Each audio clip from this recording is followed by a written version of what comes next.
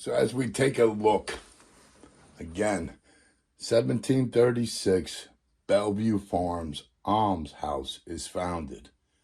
It is found to address the public, hence public hospital.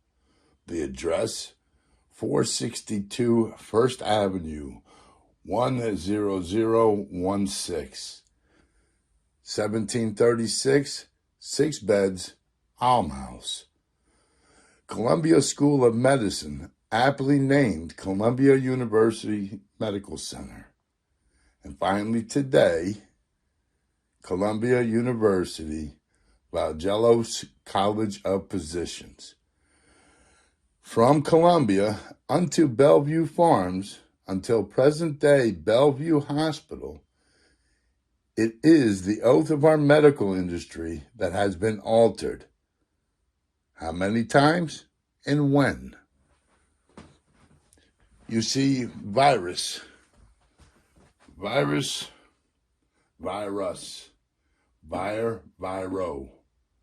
it's an ultra microscopic infectious agent that requires a living cell, animal, plant, or bacteria to multiply. Okay? So when you combine something with bacteria, you get a virus. What is the command? Go forth and multiply. The name virus, the name derives from a Latin word meant to convey poison or slime. Virology, the study of viruses, its agents, and viral diseases. So again, a 17-year-old Alexander Anderson graduates Columbia School of Medicine. In 1795, Bellevue Farms Almshouse, 6 beds in all, has their first doctor, who remains to become Bellevue Hospital's first as well. Bellevue Hospital is formally named Bellevue Hospital in 1824, and today the oldest public hospital. Now, the Irish come and bring cholera and typhus. Then the Jews and the Germans bring tuberculosis. The poorest, the dregs of society, the semi-criminal, the starving, unwelcome class, who suffer and die unrecognized and overrun with foundlings, the abandoned children. 1879 quotation from Harper's New Monthly Magazine. Now in 1879, Harper's New Monthly Magazine continues. 48% amputations proved to be fatal due to poison in walls.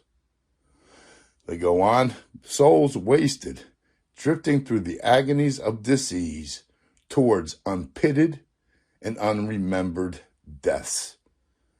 Harper's New Monthly Magazine, founded by Joseph Pulitzer himself in 1850. The marquee in journalism, set as the sublime. Harper's Magazine today. When we start getting into modern times, the terms and the understandings of dates will allow you to understand that for a long time, we have not been getting it right. So in 1832, we have cholera.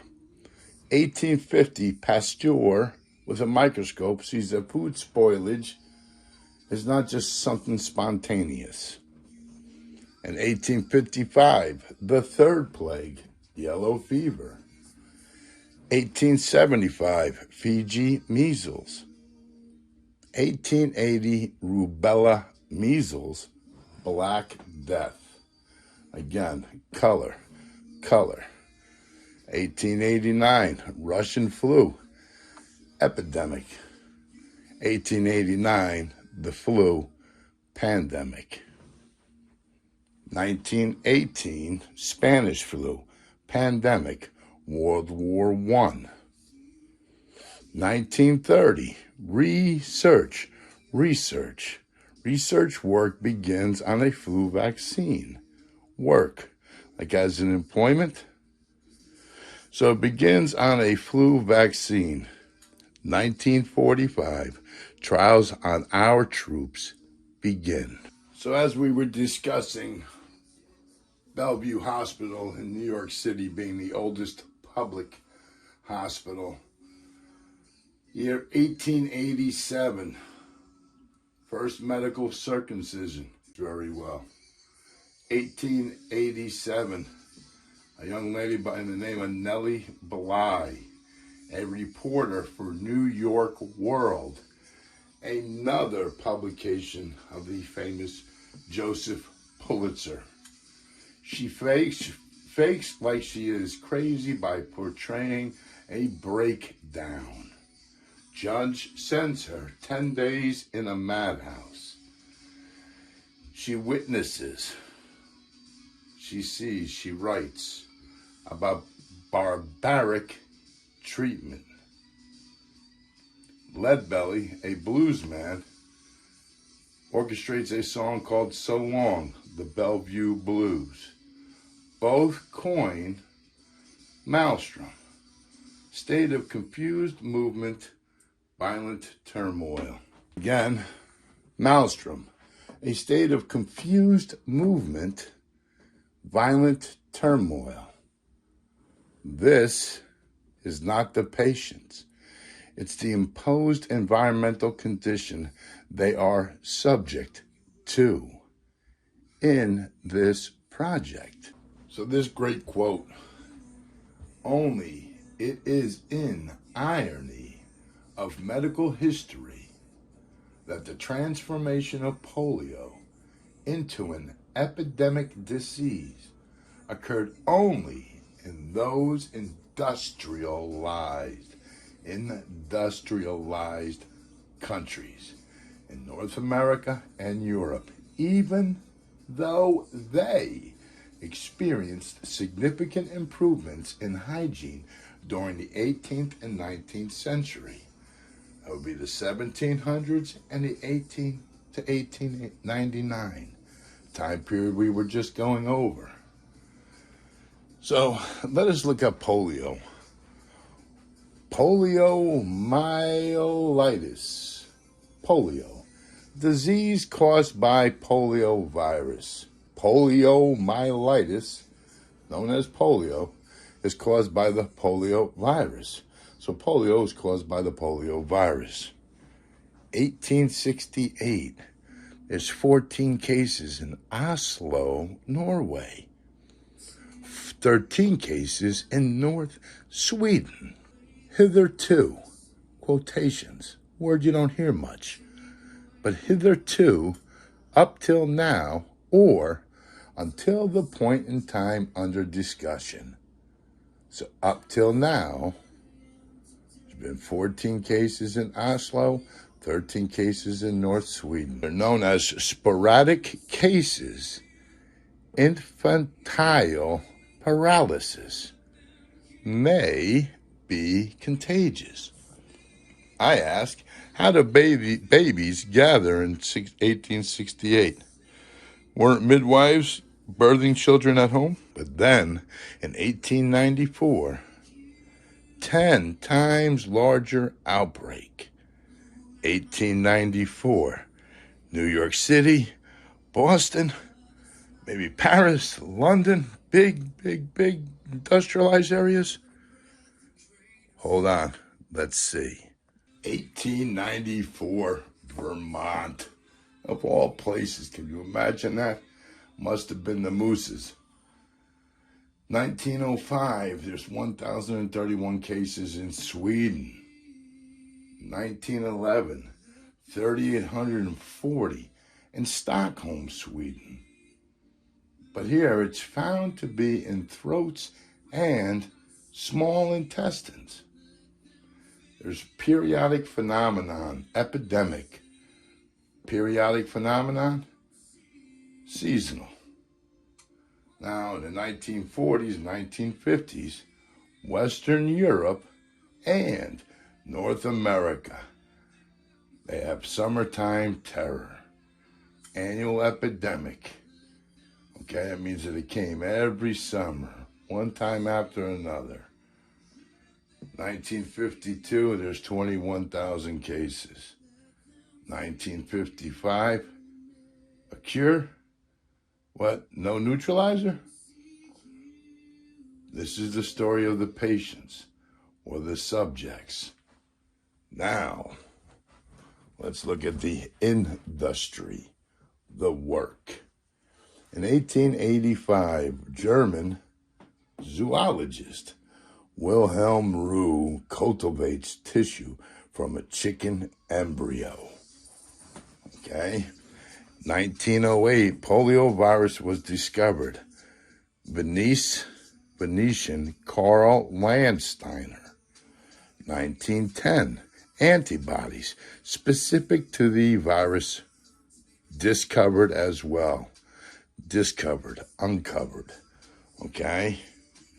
1931, two Australians identify serotypes.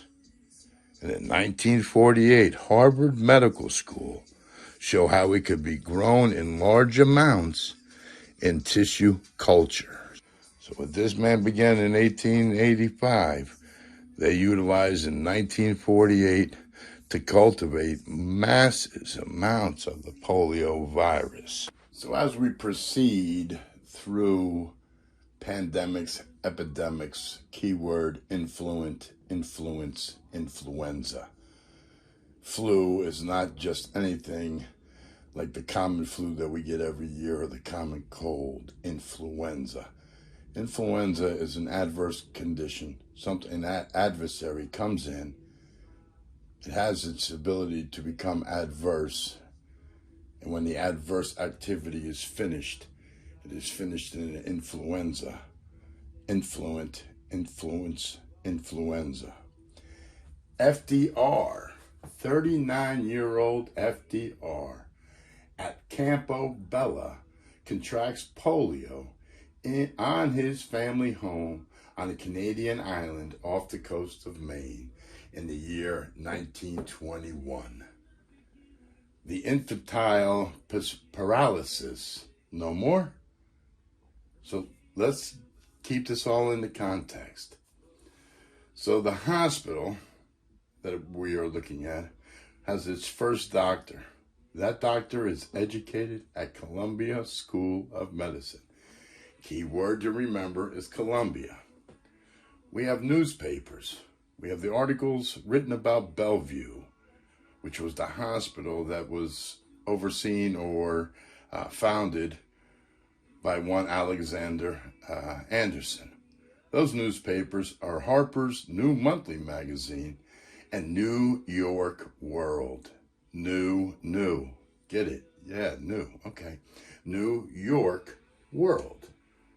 And we have the President of the United States, Franklin Delano Roosevelt, the first adult to acquire infantile disease.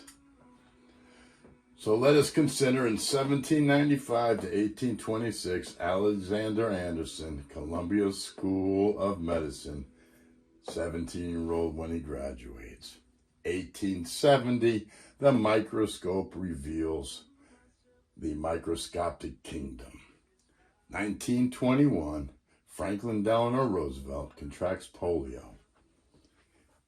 Interested. Interested is like entrusted.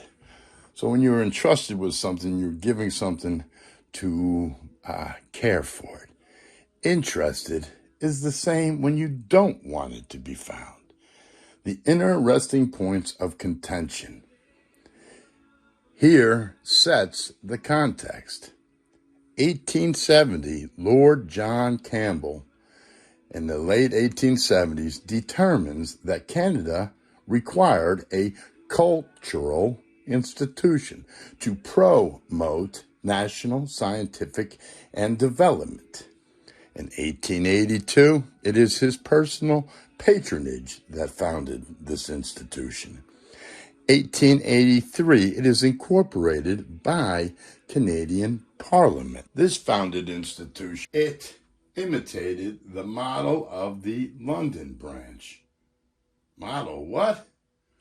Royal Society of Canada, the RSC, modeled of Royal Society of London and Institut de France, and the House of Campbell, the family Campbell. Okay, Campbell, John Campbell, is the Confederation of Canada's first vice-regal, the one that stands in replacement. Replacement king. Royal Governor of Canada. That's King Charles today. Campbell's wife was the fourth daughter of Queen Victoria. And if you think Queen Elizabeth served a long time, check out Queen Victoria. This Campbell has a relative, William Campbell.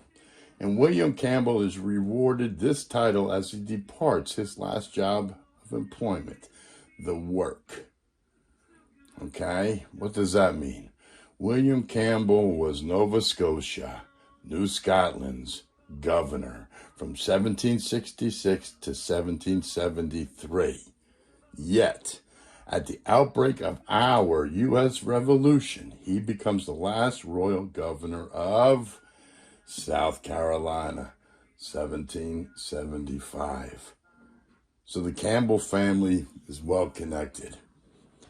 Not only is he the governor of New Scotia, New Scotland, he's the last royal governor of South Carolina. Again, I want to point out, Carolina in its province had in its possession the Bahama Islands, the islands of Bahama. John Campbell, first governor of Canadian Confederation. That's an act that united Canada, New Brunswick, and New Scotland, Nova Scotia, as one. John Campbell is the Canadian Confederation first governor. In order to understand everything that has ever plagued us and where we got these influenzas, we must understand where the school of thought came from. So this isn't an historical account to the beginning, but this is part of a lineage of people who basically take it upon themselves to know better than the rest of us. And what I just want to do is just prove it. So there's a William, Prince of Orange, 1650, 1670. In that time period, he is lord over Holland, Zeeland, Utrecht, Guelders, Overijssel, Dutch Republic. 1670 till 1702, King William, that same William, Prince, is now King William, King of Scotland, Ireland, England, Britain, and all the new. His parents are William and Mary. I believe this Mary is 9 years old when she marries this William. I believe that somehow they might be even cousins. Mary, the daughter of the Duke of York, Mary, the daughter of Duke of York, is Charles King, who is William's own uncle. So this William marries his own Mary, and they are cousins. King Charles is anything Charles City, Charlestown, Charlottesville, Carolina, all pay homage to him. William's uncle, anytime you see Williamsburg, Duke of York. Now, because William and Mary married, the Duke of York is gifted New Amsterdam. So this William surrenders some of his lordship by gifting New Amsterdam to the Duke of York, who changes that piece of property to present-day New York.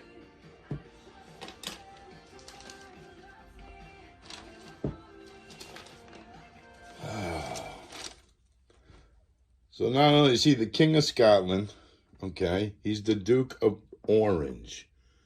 Just a very quick fact. The Duke of Orange had the carrots changed from red, bluish, purple to orange in his name.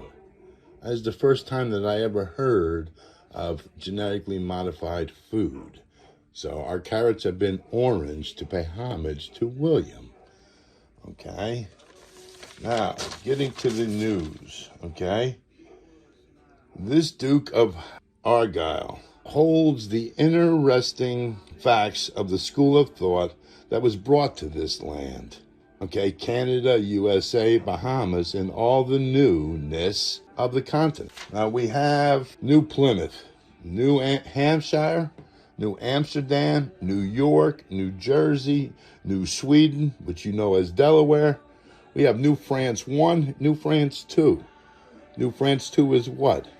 That's right, the Louisiana Purchase, okay? But up north, we have British Columbia.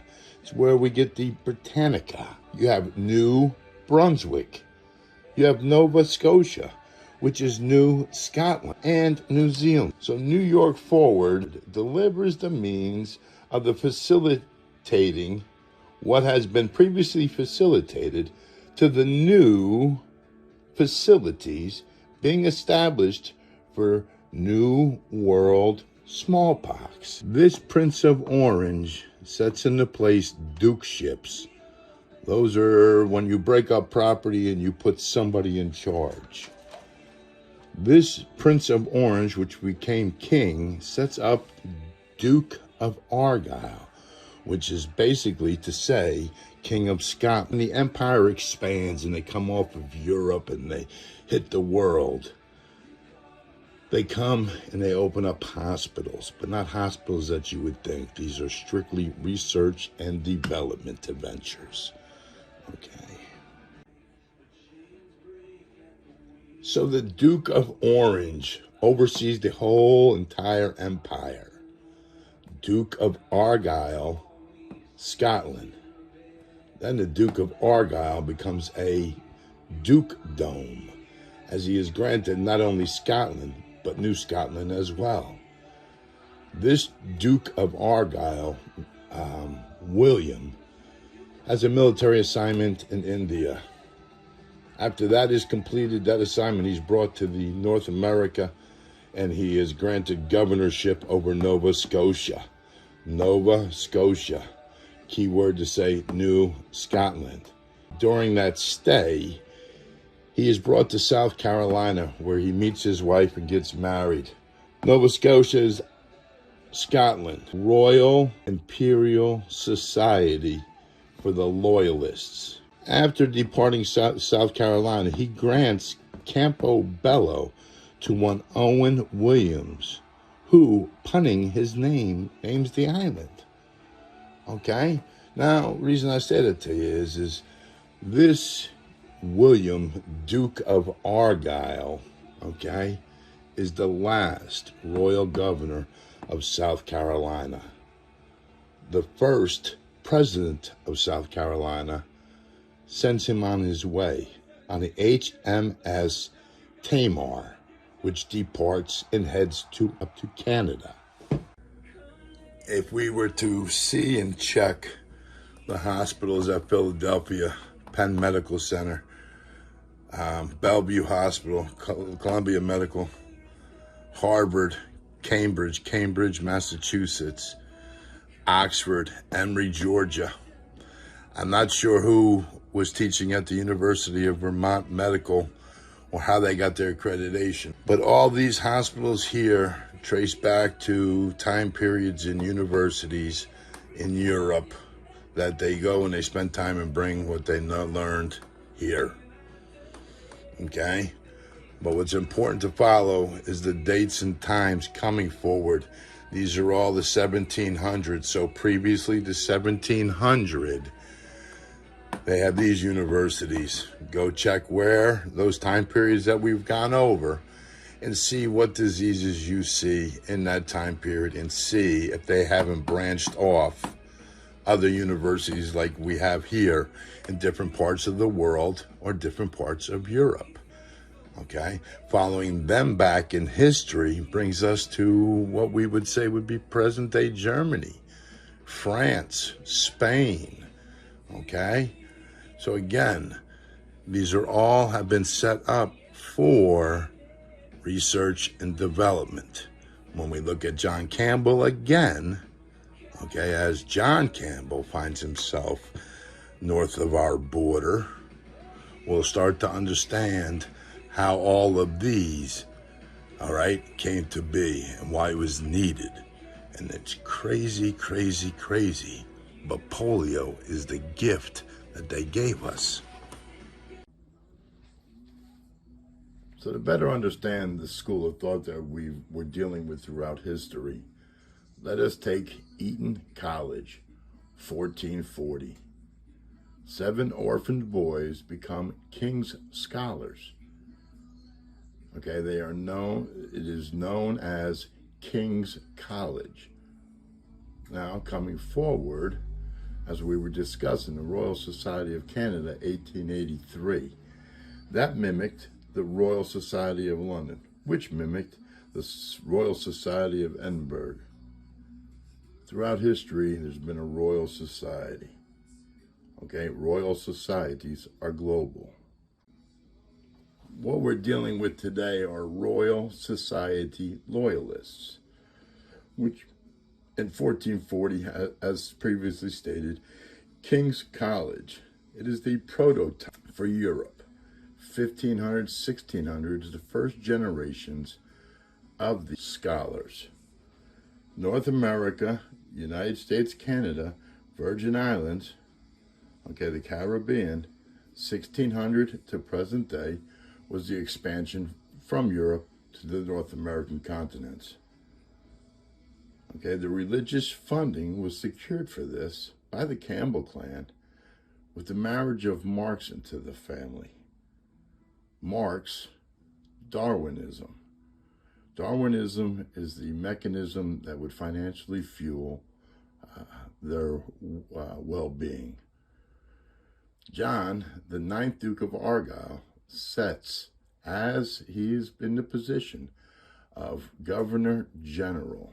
1883, that Governor General, Royal Society of Canada, determines the need for improving natural knowledge. Now, Darwinism is the worship of the missing link of evolution. So if you believe that, then you believe we come from monkeys. In 1883, the Clan Campbell succeeded in its evolution by constructing their virus, and it is two-pronged in adversarial conditions.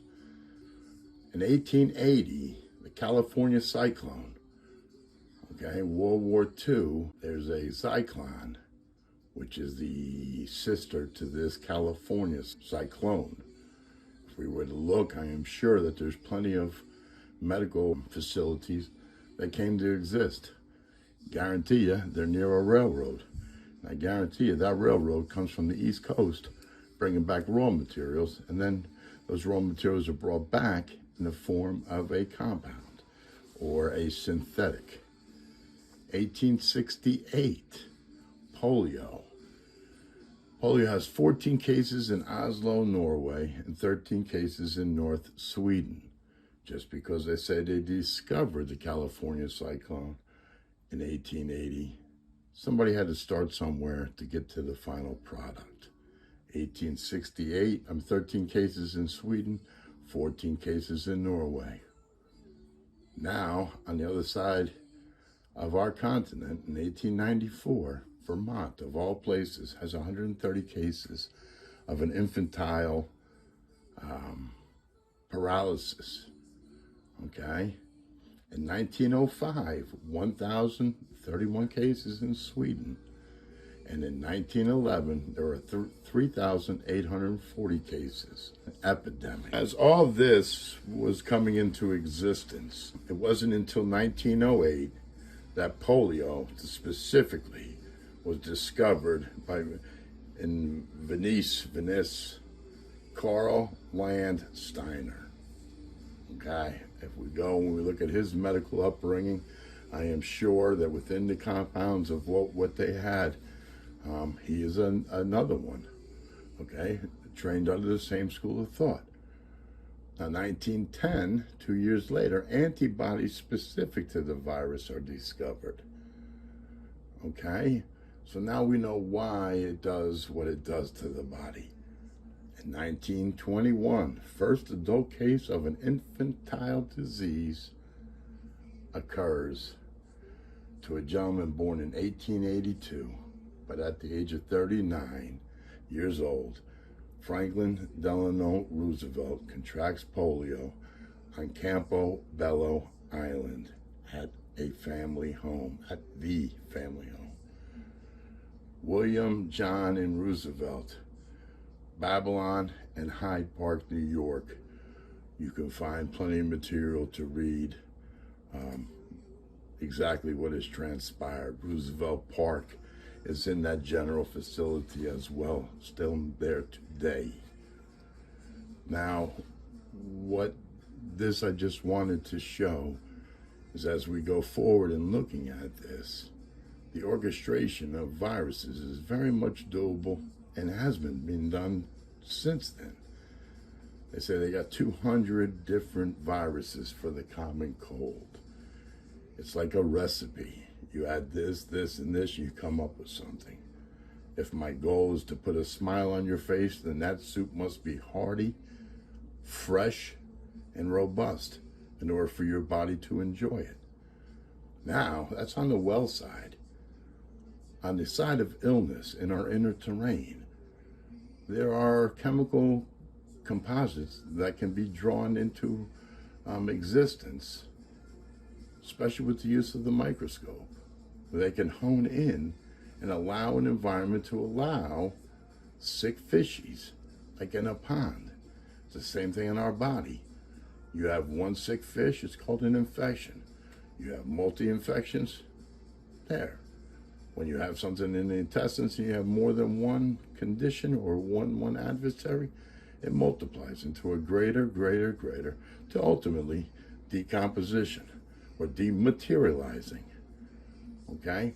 So once we understand that cleaning the lake first, as was granted to us in the gift of the golden crown through the teaching of wisdom, everything that God delivers to us in nutrients is not singular. There are multiple aspects to allow it to be brought, and when it is metabolized and utilized, it has specific color patterns, specific weight patterns, mathematical equations that we could not even wrap our heads around. But it's all in the presence of a true and living God. We are made in the image of God, not in God's image. We are made in the image of God. He knows us, each and every one of us, so intimately. And if we just took the time to say thank you. That being said, as we proceed in the other classes, leveling up in different bases, they will all deal with how do we neutralize our adversaries. And that neutralization is found in the pH level of 7. How do we attain that? We get rid of all the muck. Until next time, I'll talk to you soon.